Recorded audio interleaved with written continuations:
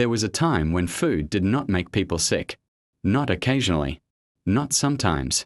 It simply didn't. For thousands of years, human bodies thrived on what they ate. Strength, endurance, fertility, and resilience were not exceptions. They were normal. And yet today, eating has become one of the most confusing and anxiety-filled acts of daily life.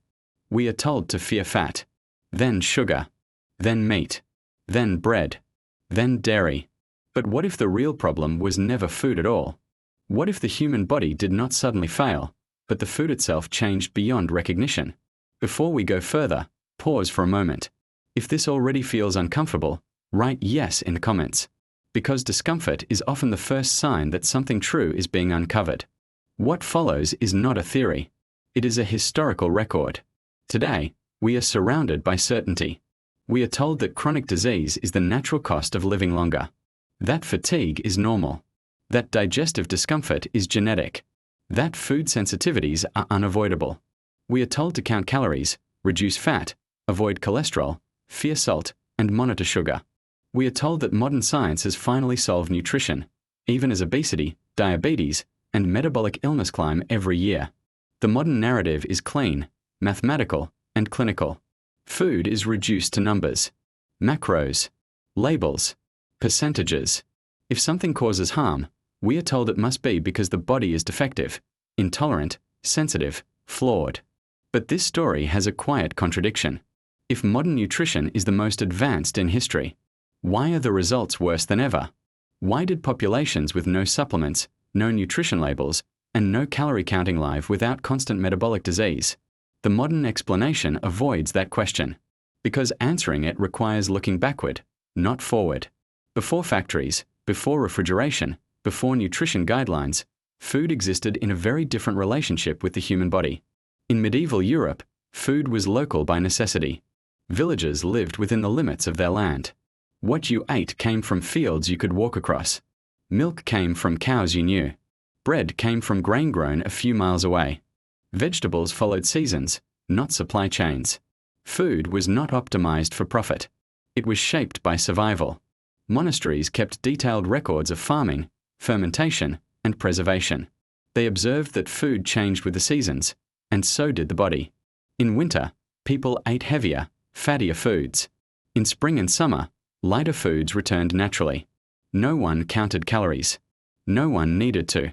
In early America, the pattern continued. Family farms produced food for families first, market second. Meals were repetitive but nourishing. The milk was fresh. Bread was slow fermented. Meat was occasional, not constant. Sugar was rare. Disease existed, yes, but metabolic collapse did not. Bodies were adapted to the food available, and the food evolved alongside the body.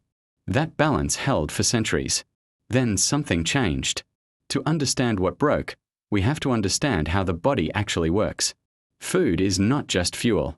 It is information.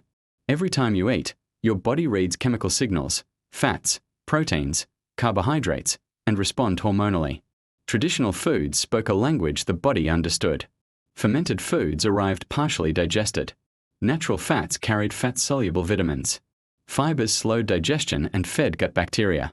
The process was slow, predictable, and stable. Modern food behaves differently. Processing strips food of structure. Refining removes fiber and micronutrients. Heat alters proteins. Shelf life replaces freshness. The body reads this new food as unfamiliar. Blood sugar rises faster. Insulin spikes harder. Inflammation increases. Over time, this creates confusion inside the body, not because the body is weak, but because the signals have changed. This is not a failure of biology. It is a mismatch between ancient systems and modern inputs. And this shift did not happen by accident. The turning point was not scientific discovery, it was industrial efficiency. In the late 19th and early 20th centuries, food became a product of scale. Factories demanded uniformity. Cities demanded shelf life. Milk had to travel. Grain had to be stored. Food had to last. Processing solved logistical problems, but introduced biological ones. Heat kills bacteria, but also enzymes. Refining extended shelf life but removed structure.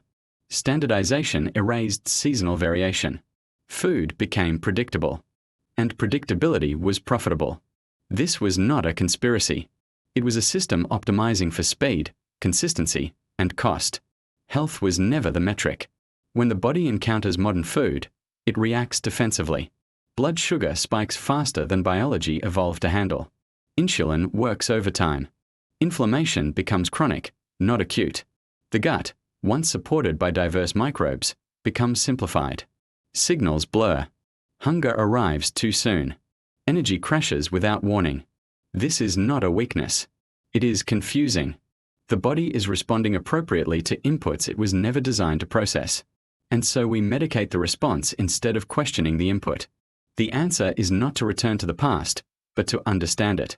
Traditional food systems worked because they aligned with human biology. They were slower, more local, less uniform. They respected time, fermentation, seasons, rest. We do not need to reject modern life. We need to remember what was lost. Simple ingredients, minimal processing, food that still resembles its origin. Understanding history gives us choice again. And choice is where health begins.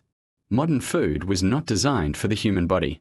It was designed for systems. The body did not fail us. We changed the rules around it. History does not demand we go backward, only that we remember what worked. Because when we understand how food once fit the human body, we can begin to build a future that does the same. If this perspective changed how you see food, take a moment to leave a comment. And if you want to continue uncovering the truths modern life forgot, subscribe and stay with us. There are many more stories buried beneath the surface.